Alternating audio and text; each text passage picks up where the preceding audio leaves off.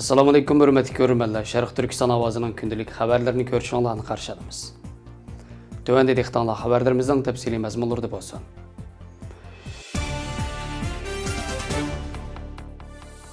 Amerika hökuməti başçılığındakı bir qism g'arb dövlətləri Sherqiy Türkistandagi irqiy qirg'inchilik va majburiy emgak masalasi to'g'risida bir qator keskin qarorlarni olgandan keyin uning ovoz qo'shadiganlar barg'ansir ko'payishga boshladi.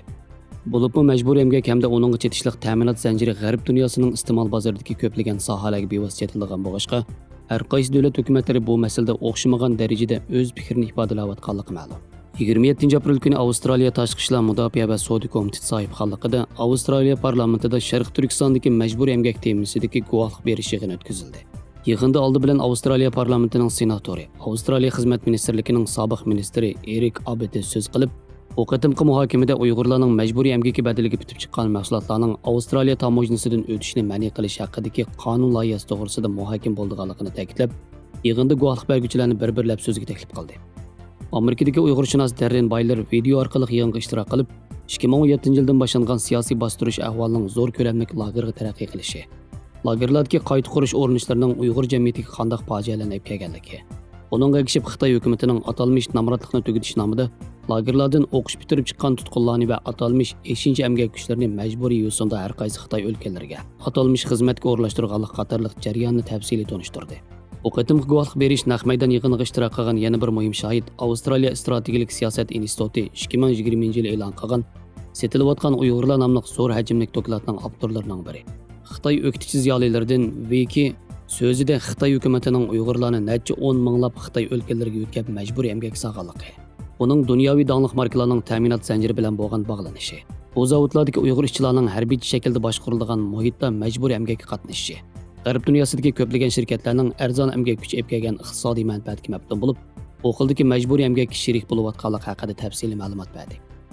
Avstraliya Latrob universitetining professori James Lebolda yig'inda guvohlik berib, kişilik huquqni kuzish tashkiloti o'tgan hafta e'lon qilgan dokladni misol qilib turib, Xitoy hukumati sodir qilayotgan insoniyatga qarshi jinoyatlarning Uyg'urlarni qanday fojialarga mahkum qilayotganligi, ammo navbatda bu krizisni hal qilishning udulla ijro qilib bo'ladigan biror chorasining yo'q ekanligi, shundaqdimi navbatdagi mavjud ko'plab ma'lum bo'layotgan majburiy emgak mahsulotlarini hamda paxta mahsulotlarini nishonliq ma'ni qilishning Xitoyning muhim savdo sheriki bo'lgan Avstraliya hukumati uchun muhim tadbirlardan hisoblanadiganligini ko'rsatdi.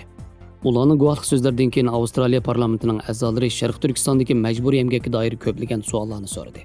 Shohidlar o'zlari ega bo'lgan moddiy isbotlar va hujjatlar asosida savollarga javob berdi. Guvohlik berish yig'inining ikkinchi bo'ligida Sherqiy Türkistandagi siyosiy bostirish va tutqun ahvoli bilan yaxshi tanishliqi bo'lgan Uyg'ur guvohchilar guvohlik berdi. Bo'libmi Avstraliya Uyg'urlari Tangritog' ayollar jamiyatining raisi Ramila Janishevning so'zlari yig'in ahliga alohida ta'sir qildi. U Avstraliyadagi Uyg'urlarning hech qanday tashqi kuchlarning tarbiyalashi yoki qiziqtirishi bo'lmagan holatda hammaylarning faoliyatchi bo'lib ketayotganligini, buningdagi eng muhim sababning navbatda necha millionlab lagerlarga qamalib, ruhiy va jismoniy jihatlardan og'ir azob tortayotgan qavm qarindoshlarining fojiasi ekanligini, chunki Avstraliyadagi Uyg'urlarning ichida urug' tuqqanlari lagerlarga qamalmagan birma oila yo'qligini bayon qilib, Xitoy hukumati ijro qilayotgan Uyg'urlarga qarshi irqiy qirg'inchilik qilmishining navbatda Uyg'urlarni majburiy emgakka selishni odatga aylantirib olganligi, uning badaliga bitib chiqqan mahsulotlarning Xitoydagi ta'minot zanjiri orqali g'arb dunyosiga, jumladan Avstraliya bozoriga ekib kirayotganligi, navbatda buning isbotlarining tog'dek to'linib bo'lganligini, Xitoy hukumati Avstraliyani bo'zaq qilishga urinayotgan hamda Uyg'ur fojiasi navbatda eng yuqori pallaga chiqayotganda bu xil majburiy emgaklarni kaskin va amaliy tadbirlar orqali cheklashning ta'xirsiz bo'layotganligini sharhladi. Shuningdek, Avstraliya mavjud qonunlarining bu xildagi majburiy emgakni hamda buningdan hosil bo'lgan mahsulotlarni ma'ni qilishdek favqulodda rolni joriy qildirish lozimligini ko'rsatib o'tdi. Yig'inning keyingi bo'ligida Avstraliya hukumatidagi ministerliklarning mas'ullari, har soha xodimlari, advokatlar birdek o'xshamagan nuqtalardan fikr qilib, mazkur qonun loyihasini qo'llaydiganligi, uni himoya qiladiganligini bildirdi. Ma'lum bo'lishicha, bu qonun loyihasi rasmiy qonunga aylansa, majburiy emgak chetishlik Xitoy mollarining Avstraliyaga ekib kirishi butunlay ma'ni qilingan. Bundan burun Avstraliya ishchilar uyushmasi Avstraliya Federatsiya hukumatini Sherqiy Türkistandagi quyosh energiyasi berikmi detallari ishlab chiqarishiga chetishlik majburiy emgak masalasiga diqqat qilishga chaqirgan bo'lib, bu masalani hal qilish uchun Avstraliyaning o'ziga mablag' selib, quyosh energiyasi berikmi detallari ishlab chiqarishga da'vat qilgan.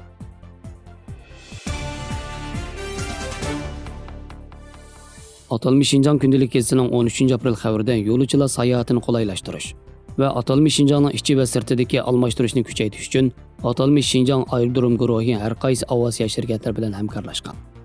Tangirtaq to'rining 22 apreldagi xabarda bildirilishicha, 21 apreldan boshlab Xitoy Huaxia Avasiya shirkati Korla Nalati Aqsu aeroplan liniyasini ochgan. Bu yangidan ochilgan Avasiya liniyasi Korla Narat Aqsu navbatchi aeroplani har dushanba, chorshanba, juma, yakshanba kunlari uchadi ekan. Aslida Korladan Naratga mashina bilan berish uchun 8 soat vaqt ketadigan bo'lib, havo qatnashida safar vaqti zo'r darajada qisqartirilib 1 soat ketadi ekan. Kuzatuvchilar Xitoyning Sherqiy Türkistonni xitoylashtirish planiga asosan Sherqiy Türkistanning sayohat nuqtalaridan foydalanish orqali Xitoylarni Sherqiy Türkistonga kelib yerlashishga kuchab rag'batlantirayotganligini. Bu turdagi atalmish taraqqiyot planlarining amaliyotda Xitoyning o'z manfaati uchun xizmat qiladiganligini bildirgan.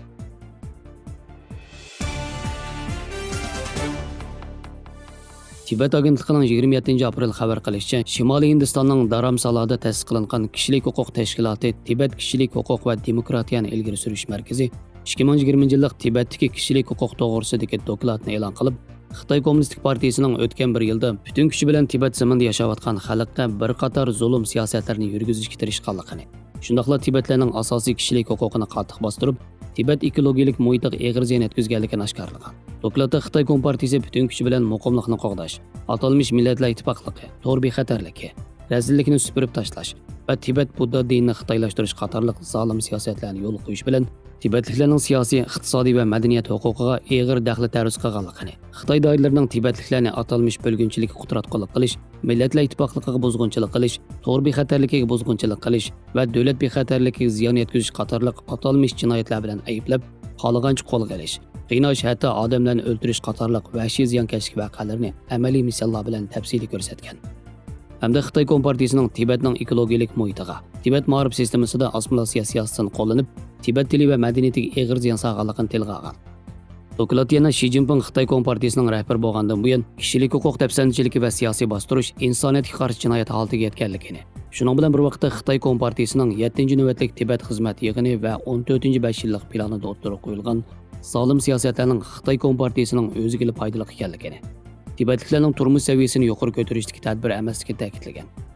Uningdan boshqa dokladda Birlashgan Davlatlar Tashkiloti va a'zo davlatlar boshchiligidagi xalqaro jamiyatga 16 moddalik tavsiyasi o'ttirib qo'yilgan bo'lib, ularni Xitoy Kompartiyasining amaldorlari bilan ko'rishganda irqiy qirg'inchilik va assimilyatsiya siyosatini to'xtatishga, Tibetliklarning ona tilida ma'arif, so'z erkinligi, din va e'tiqod erkinligi, yig'ilish erkinligi qatorliq asosiy kishilik huquqdan bahramand bo'lishini, shuning bilan bir vaqtda Xitoy Kompartiyasining Tibetning ekologik muhitiga buzg'unchilik qilishini to'xtatishni talab qilgan.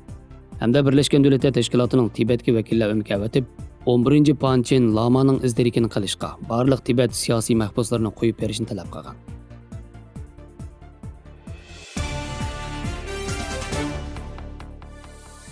Agar yashash muhiti tuyuqsiz o'zgarsa, zamonaviy kishilar qandoqmi moslasha oladi?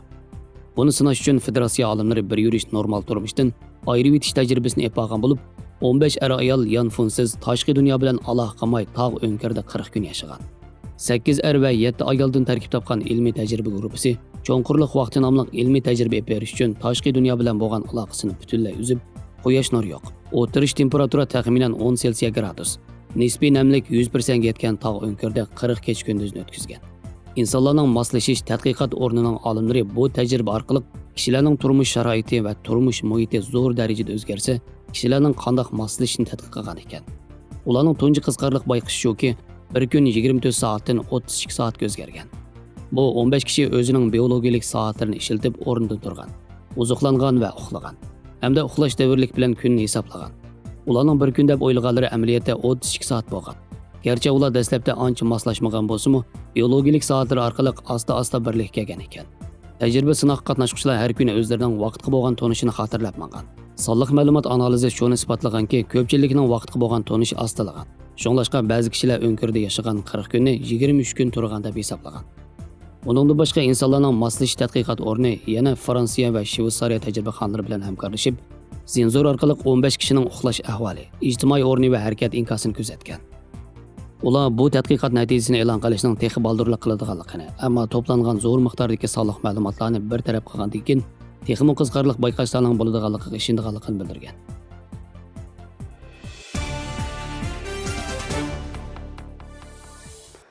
Xabarlarimizni ko'rganlarga rahmat. Ko'rishguncha omon bo'linglar. Xayr xo'sh, Allohga omonat.